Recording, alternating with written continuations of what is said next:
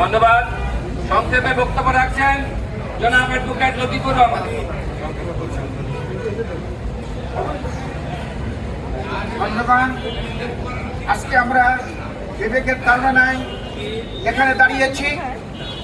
আপনারা জানেন আমেরিকা একটি আগ্রাসন সাম্রাজ্যবাদী রাষ্ট্র এবং তারা বিভিন্ন রাষ্ট্রের উপর আগ্রাসন চালিয়ে হামলা করে।